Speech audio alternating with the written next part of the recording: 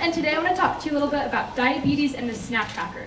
As I'm sure you're well aware, diabetes is an epidemic today. It is a worldwide problem affecting tens of millions of lives. Managing blood sugars is critical to prevent diabetic-related complications, and insulin is a key component in managing those blood sugars. So the insulin pen is one of the most common and convenient ways of insulin injections. It's kind of ironic though, because there's a lot of ways out there to keep track of your blood sugar levels, but there's not as many to keep track of your insulin injections. And insulin directly correlates and affects your blood sugars, so you'd think there would be more out there. The few options out there are either outrageously expensive, or they're just not good for the people who use them. They're not compatible with those who use them.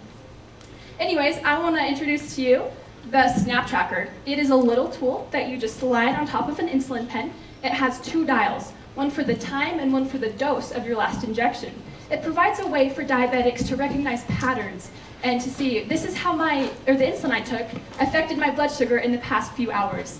And it will help the well-being and health of millions around the world. Thank you so much.